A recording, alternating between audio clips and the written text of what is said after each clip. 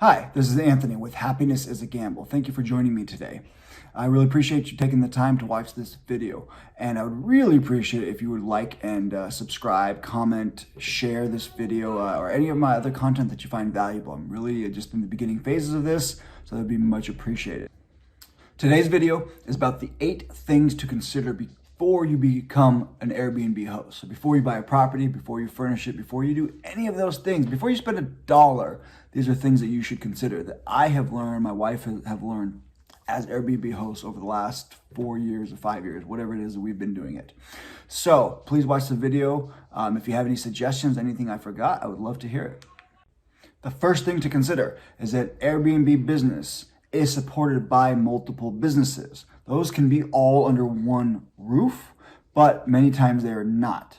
So you think of the Airbnb host, you think of the person who has 5 stars or 4.8 stars or whatever it is when you go and when you book a place that responds to you, that does these things, right? So that's what a lot of people think of, but there's a lot of happens behind the scenes.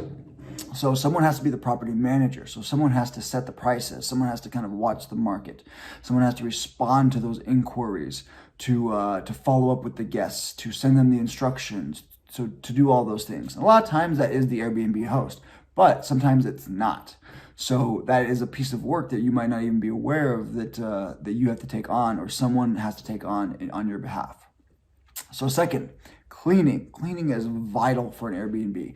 If you don't have consistent cleaning and you don't get the same end result, you're going to have mixed reviews. You're going to have some poor reviews, and people aren't going to trust your place. And in order to be what they call a super host on Airbnb, you have to be very consistent in what you offer, whether it's 1 property or 10 properties. So cleaning and turnover are vital. You have to have it clean and turn over in whatever that allotted period of time is. So that's huge. And maybe you don't want to clean yourself, or maybe you don't even live in the city of the property, and cleaning is not a viable option. So you have to then find a cleaning crew, or a cleaning team, or person. And Airbnb, as a side note, wants to know that you pay them a living wage. There's some information about that on their website. Anyway, so cleaning, property management. And then after cleaning and property management, guess what? There's maintenance. Things will break. Things happen. Your dishwasher might go out. Your hot water heater might act up. Your lock might get stuck. Someone might break your shower handle. Like, there's a variety of things that can happen. Anything that can happen in your house or the place that you're renting can happen in your Airbnb. And the thing about an Airbnb versus a traditional rental, because we have both, is in a traditional rental, if you don't have hot water for a day, or there's an issue with the air conditioning, in a hotter climate, yeah, your traditional renter wants you to fix it, and they expect you to fix it, and you should be fixing it in a very timely manner. But your Airbnb guest, if they're only there for 3 days or 4 days or even a week, and you have 2 days without hot water or 2 days without air conditioning, they remember that. That really is going to affect your review. So you have to get on top of things. So whether that's going to be you, whether you have a maintenance person or a team, or you're going to do it yourself, that has to be done quickly. You can't make them wait 2-3 days, otherwise you're going to end up with very low ratings.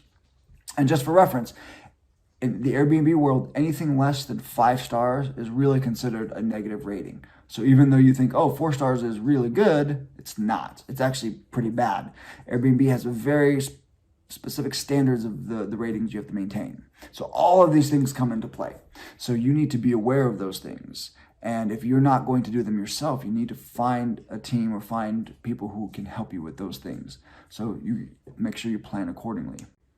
The second thing for you to consider is that your unit needs to be fully furnished. And I'm not talking couches and a TV. I'm talking bedding, pillows, dishes, dishware, paper towels, hand towels, like everything that you would have in your house other than your toothbrush and your toothpaste essentially needs to be there when your guests show up.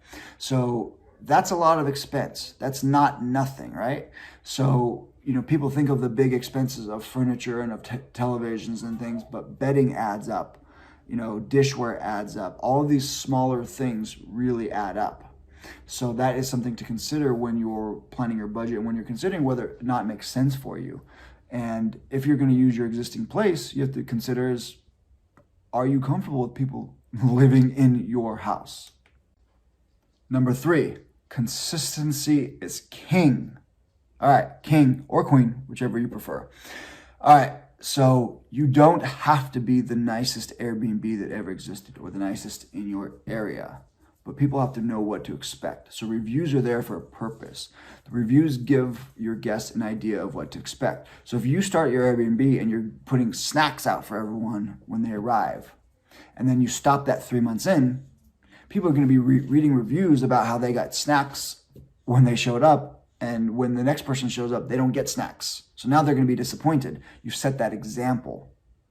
So if you're going to put something in your property, if you're going to put it in the listing, if you're going to put it in pictures, or it's going to end up in reviews, you need to make sure that you're willing to be and able to be consistent with it. So it's okay to experiment with some new things, to add on, new features and stuff. But anything that you're going to put in, you need to be aware that there now is an example set and there's a precedent set. So you don't have to be the Waldorf Astoria, but you need to be whatever you are and do it consistently. You can't have dirty bedding. You can't have, your cleaners forgot to vacuum. Like, there's things that have to be done all the time. So you have to be consistent. In the blog post related to this, we have a checklist that you can download. And there's 1,000 checklists you can find online. But consistency, consistency, consistency. The 4th thing for you to consider is Airbnb doesn't always make sense. It doesn't make sense for everyone. It doesn't make sense in every market, right? So there's some markets where you're not going to pull the nightly rates that you need for Airbnb. So it doesn't make sense to spend your time and your money to fully furnish a rental place if you don't already live there. It's different if you're out of town and you want to make some extra revenue from your home. That's a totally different ballgame, right? Because you've already expended, the cost for furniture and for everything that's in your house. But there's some markets that it doesn't make sense, where a long-term rental is probably going to make more sense for you. Or you're going to make the exact amount, the exact same amount, but you're going to have to do more work on the Airbnb side. So, you need to really look at your market, look at other Airbnbs and how consistently they're booked. What are their rates that they're getting? And does that make sense for you? Consider your cleaning fee. So if you're doing a lot of turnovers, then the cleaning fee can really eat into your profits, if you don't have that planned accordingly.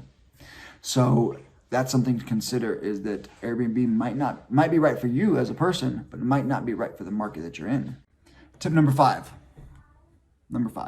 Treat your Airbnb like a business, because it is a business. You are now a small business owner. So even if you never owned your own business, some tips to consider when in business. I already talked about consistency, number 1, right? Process. You need to have a process, checklists, documents, things that you do all the time to add to that consistency. And you need to know your numbers. You need to figure out what it costs you to turn over a property. You need to figure out, what you're going to spend in additional electricity. Always estimate up. That way that if it comes in lower, you're pleasantly surprised versus being negatively surprised. And know who your market is. So if you start a business and you don't know who you're selling to, you're going to be doomed. Any business. So know who your market is. Is your market college students? Is it families? Is it people who are in town from Mardi Gras? Who do you want to be staying at your place? And you need to furnish it accordingly. You need to market it accordingly. So again, treat your Airbnb like a business or it's going to blow up. Okay, what is Airbnb versus what is VRBO, or HomeAway is what you might have heard of it as well. So there are two entities that do essentially the same thing. So they're a platform that allows you to rent out your property or a room in your property to someone who's looking for a space that meets their standards. So Airbnb is the most user-friendly platform that there is. They have specific rules. Like I told you, is that the reviews are vital. I can't stress that enough. Is they will literally kick you off the platform, just like an Uber, if your reviews are too low, if you have complaints, if you're not consistent, if there's significant issues with your property. Boom, you're done, right? So reviews are huge with Airbnb. Now Airbnb has certainly some drawbacks. They move things all the time in the app. They're changing their agreements all the time. They're changing their cancellation policies all the time. And so every few months you got to figure out, oh, they did this, they changed this, they moved this. So it can be very frustrating, but their user interface is much simpler. They have more traffic. That's where you're going to get 80% of your business most likely. VRBO is a great alternative to Airbnb. So before the pandemic, I would find that we would get longer stays. The renters tended to skew older, or at least it seemed that way. But you have less control on the platform as well. Is that people aren't required or even have the ability to verify their identities. So the only chargeback we ever had was on VRBO, where someone rented the place for like 4 days on a stolen credit card. We had no way to know. They dipped town and we lost out on like $800 or whatever it was. So it was a learning experience. So me personally, I charge more on VRBO for that level of difficulty and potential unclarity of who's actually staying on my property.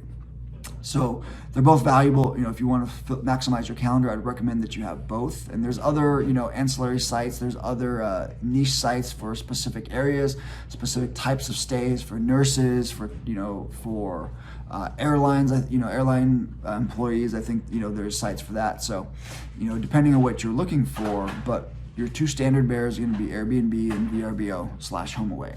So check those out and familiarize yourself with those. In the beginning, I would highly recommend that you use Airbnb, get familiar with it, and then you can add VRBO later, and the two calendars will sync up if you set it up properly, so that you're not getting double bookings. So, if you have any more questions about that, my thoughts on that, then I'm happy to respond. So shoot me an email or a comment or whatever it is. Tip number 7 is literally just some small things to consider, some small things to take into account from an experienced Airbnb host to someone who would be a new Airbnb host. All right, so some things that I really have done at my Airbnb properties I really like and give me a sense of control is a smart lock. So something that, assuming that you are in a location that has Wi-Fi available, then a smart lock is key. So it can give you, your guest remote access, makes it easier, less likely to lose keys, that kind of thing. I still provide a physical key though for the people who don't like the smart lock, or the people who have multiple people in the group and they're going to be in and out at different times. Smart lock is vital. A Wi-Fi thermostat is very important to limit your expenses, and so you can also check in on the property. So if you're ever not sure if your internet is down, then you can look to see if your smart lock has connection and if your Wi-Fi thermostat has connection. It's also a great way to make sure that as your guests check out, that the AC isn't cranked down for 3 days or 4 days or a week or whatever it is that might be in between renters, between guests. That's one thing that you want to have on your checklist, of course, but no one's perfect, so that might be something your cleaning crew forgets. You can take care of that remotely with the Wi-Fi thermostat. Have extra batteries for remotes, batteries for your smart lock, batteries for anything that they need. I've never had an issue with people stealing batteries, or walking away with a bunch. I keep them in there that way, just in case there is an excuse, because you want to limit people's potential small complaints, right? Like for a few cents or even a few bucks, you don't want to get a 3-star review because all the remotes in the house were dead and they couldn't watch the TV, right? Okay, tip number 8, communicate. Communication is key. That starts at the beginning, right? So within a short period of time after they book, you want to at least send them some sort of a message, saying that you acknowledge that they booked. Here's what the next steps are going to be.